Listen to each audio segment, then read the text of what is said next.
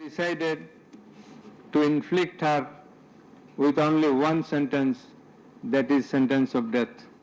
গেল 17 নভেম্বর জুলাই আগস্টে মানবতা বিরোধী অপরাধের মামলার একটি অপরাধে শেখ হাসিনা ও আসাদুজ্জামান খান কামালকে মৃত্যুদণ্ড দেয় ট্রাইব্যুনাল। অন্য অপরাধে দুজনকে দেয়া হয় আমৃত্যু কারাদণ্ড।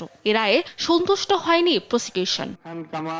সোমবার শেখ হাসিনা ও কামালের আমৃত্যু কারাদণ্ড বাড়িয়ে মৃত্যুদণ্ড চেয়ে আপিল করে প্রসিকিউশন। প্রসিকিউটর কাজী এমএইচ তামিম বলেন, শেখ হাসিনা ও কামালের প্ররোচনায় যেভাবে হত্যাযজ্ঞ হয়েছে তার সাজা মৃত্যুদণ্ডই হওয়া উচিত। তাদের নির্দেশে এই যে সারা দেশে 1400-এর অধিক শহীদ হয়েছেন, 25,000-এর অধিক আহত হয়েছেন এবং এই চার্জ 1-এ আবু সাইদ, যিনি এই জুলাই গণঅভ্যুত্থানের পাইনিয়ার ছিলেন, আবু সাইদের হত্যাকাণ্ডটিও জড়িত।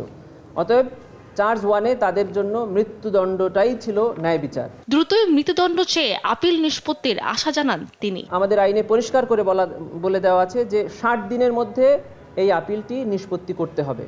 আমরা আফটার ভ্যাকেশন আমরা ট্রাইব্যুনালে আপিল বিভাগের চেম্বার জাজে এটাকে দ্রুত হিয়ারিংয়ের জন্য অর্থাৎ ফিক্স করার জন্য আনবো। তারপরে মেনশন করে আমরা যত দ্রুত সম্ভব, যেহেতু আইনে 60 দিন বলা আছে, আশা করছি তার আগেই অ্যাপিল ডিভিশন এই আপিলটি নিষ্পত্তি করবে। এদিন চাংখারপুলে শহীদ আনাস সহ 6 জনকে হত্যা মামলায় ট্রাইব্যুনাল 1-এ রাষ্ট্রপক্ষের যুক্তিতর্ক উপস্থাপন হয়েছে। আর ট্রাইব্যুনাল 2-এ কুষ্টিয়ায় 6 জনকে হত্যা ও মানবতা বিরোধী অপরাধের 2 মামলায় আওয়ামী লীগ নেতা মাহবুবুল আলম হানিফ ও জাসদ নেতা হাসানুল হক ইনুর বিরুদ্ধে সাক্ষ্য গ্রহণ করা হয়।